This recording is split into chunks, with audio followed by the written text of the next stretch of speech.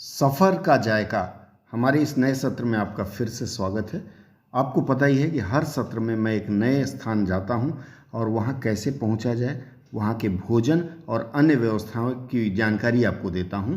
आज के इस जायके में मैं आपको All India Institute of Medical Science Bhubaneswar की जानकारी देने जा रहा हूं।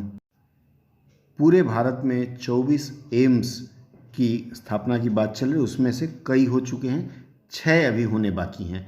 उनमें यह जो एम्स है यह अपने आप में अग्रणी है। अग्रणी इसलिए है कि इसमें उड़ीसा राज्य के अतिरिक्त पश्चिम बंगाल के भी बहुत सारे लोग जाते हैं, वहाँ इलाज करवाते हैं और ठीक होकर के आते हैं।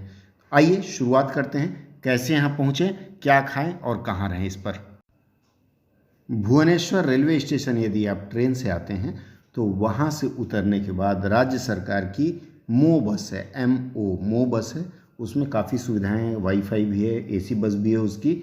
उससे आप यात्रा करते हैं तो 1 घंटे का समय लगेगा, 20 रुपये किराया, और इतने में आप एम्स पहुंच जाएंगे।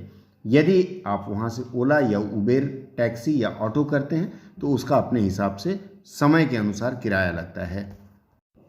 यह संस्थान थोड़ा सा रिमोट क्षेत्र में है तो यहाँ खाने पीने की असुविधा है। जब वर्किंग आवर अर्थात ओपीडी का समय होता है उस समय ढेर सारे खाने वाली दुकानें खुली रहती हैं, बाद में छुट्टियों के दिन कम हो जाती हैं।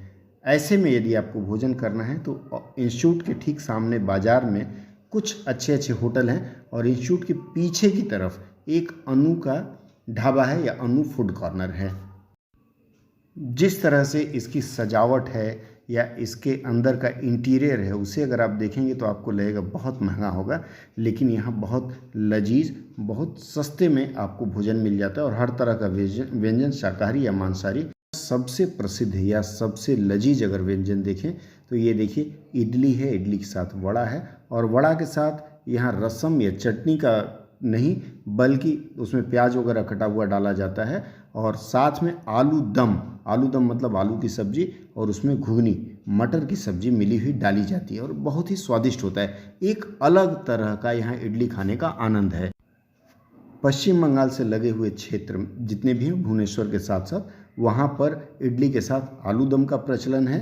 और जब आप अन्य प्रदेश की ओर बढ़ेंगे, आंध्र वगैरह से जब आप पास आने लगेंगे तो वहाँ इडली के साथ आपको सांभर और चटनी दिए जाने का प्रचलन मिलेगा। केवल 20 रुपये में एक प्लेट, और मुझे लगता है कि भरपूर नाश्ता होता है यह। इसके अलावा एक और चीज़ मैंने देखा, इसको ये लोग पोड़ा छाना बोलते हैं। पोड़ा मतलब जला हुआ और छेना मतलब खोया। ये खोए को जला के या भून के रखते हैं और यह भी स्वादिष्ट मिष्टान है। इसके साथ इडली के साथ इसका भी सेवन लोग करते हैं। एक और अच्छी बात देखी हमने, मोपेड के पीछे एक ठेला नुमा लगा करके, यहाँ तस्वीर में आप देख सकते हैं, उस पर दुकान लगा दिया जाता है। लोग डर करके लेके आते हैं, दुकान लगाया, बेचा, 2 घंटे में साफ और घर चले जाते हैं।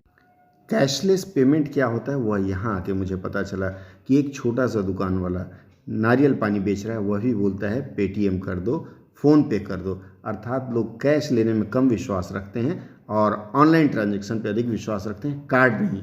क्यूआर स्कैन करिए, हर दुकान में क्यूआर लगा हुआ है, क्यूआर स्कैन करिए और भुगतान करिए। इससे अच्छा क्या, कैश लेकर के घूमने की ज़रूरत नहीं है, आप बस मोबाइल लेके चलिए, भुगतान करिए, खाइए और चल दीजिए।